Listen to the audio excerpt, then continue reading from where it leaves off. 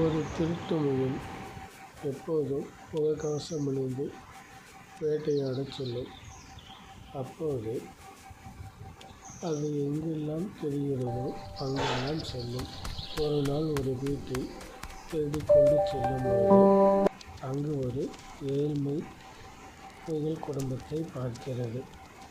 இதை பார்த்த பின்பு அதற்கு மிகவும் மன வருத்தமாக இருக்கிறது. தேடிச் சென்று பழங்களை எடுத்து வந்து அந்த குடும்பம் முயலுக்கு தருகிறது. ஏனெனில் திருடக்கூடாது என்ற எண்ணம் அவருக்கு உருவாகிறது.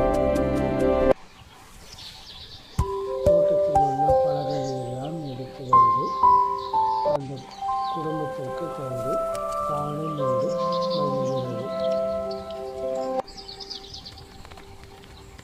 அந்த முயல் குடும்பமாக சேர்ந்து வாழ்கிறது.